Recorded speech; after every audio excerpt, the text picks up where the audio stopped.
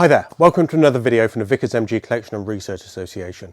This is a little look at a technical subject about the Vickers, and we've already explained the benefits of a bout box carrier being used when you're firing the Vickers. So that's there, fits on the side of the crosshead and supports the ammunition, the ammunition box to make sure that the bout of the gun is supported. I mean, that's the function of the number two. Yeah, that's why it's several people in a machine gun detachment. So the number one can concentrate on firing. The number two makes sure that the bout is feeding properly. And you'll see from the videos that we've done recently in our firing videos that stoppages in the feed block actually cause us the majority of problems. And so it's important to make sure that that bout is lined up at all times. And we've talked about. We've talked about this bout box carrier here.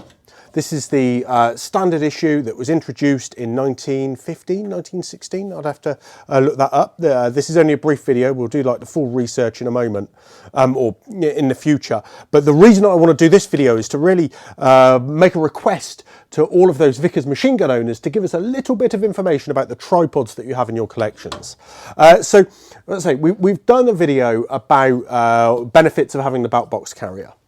And as I said, this is the British service one. It also, you see it around the Empire, the Dominions, all of those forces. But what the Australians do, perhaps this is another video about the ingenuity of the Australian forces.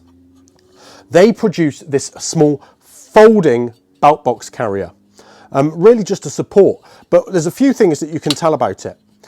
So it folds, makes it nice and easy to carry, but that will also fit into the basic pouch of the 1937 pattern webbing. So, it not only folds, but it fits in something, so you don't have to carry it.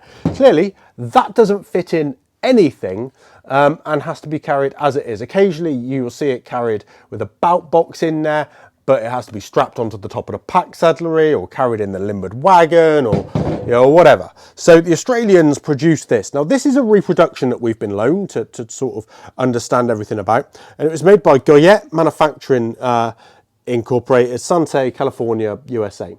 We understand there's some originals out there. We'd like to see details of those. We're looking to see whether this is something we could actually reproduce ourselves from the association.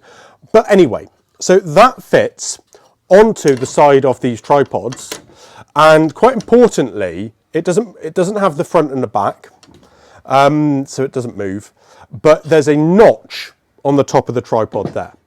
So there we go. Look, you can see this notch that's cut in, and it's next to the stamping on the top there, number 4691 from Randwick Tramways, so an Australian-made tripod, made in 1942, and you've got this notch being cut in here.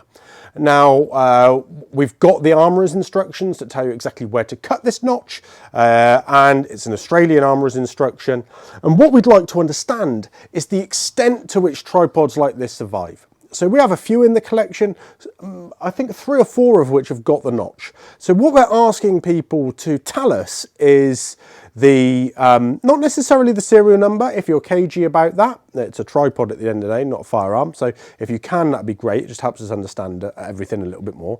So the serial number there, the manufacturer is quite important, and the year. And then whether or not it has this notch or not. So what we're seeing on social media is number 4691 RT1942 notch.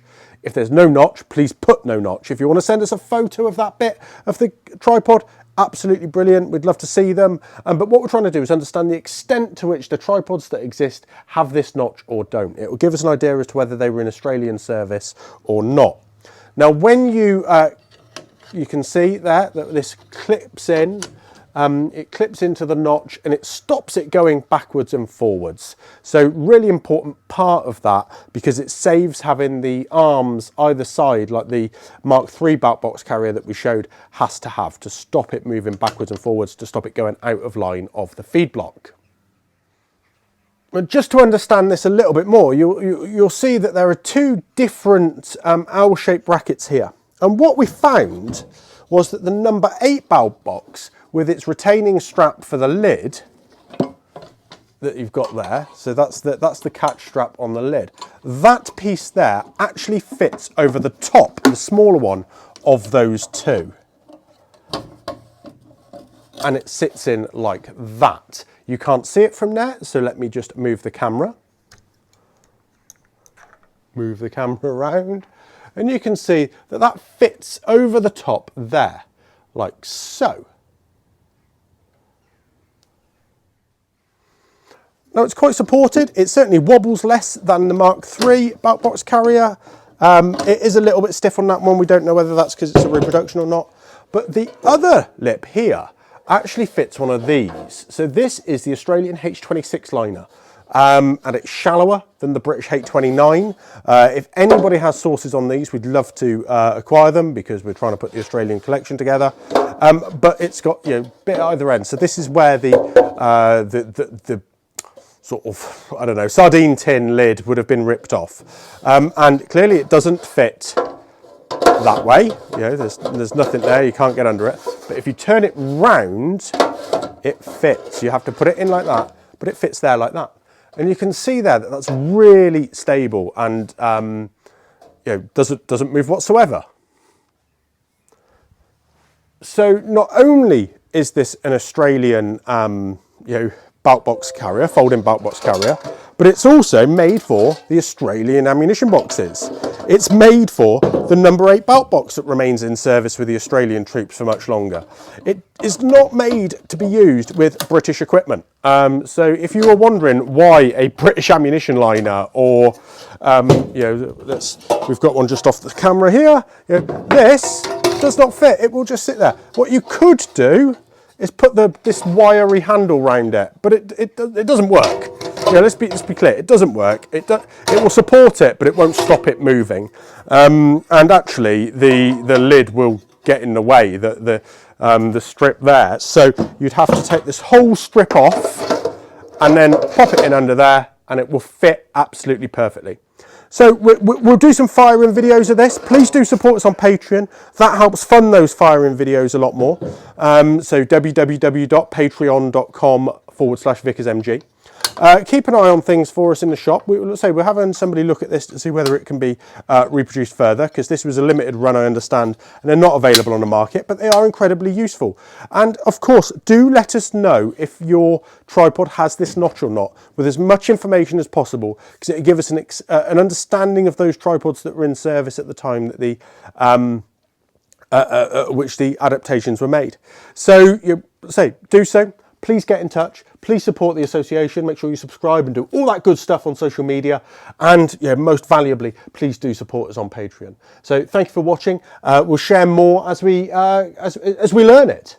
Thank you for watching. Please remember to like and share the video and subscribe to the channel. Please support us on Patreon if you're able to, and let us know of anything you'd like to see in the future. I look forward to hearing from you.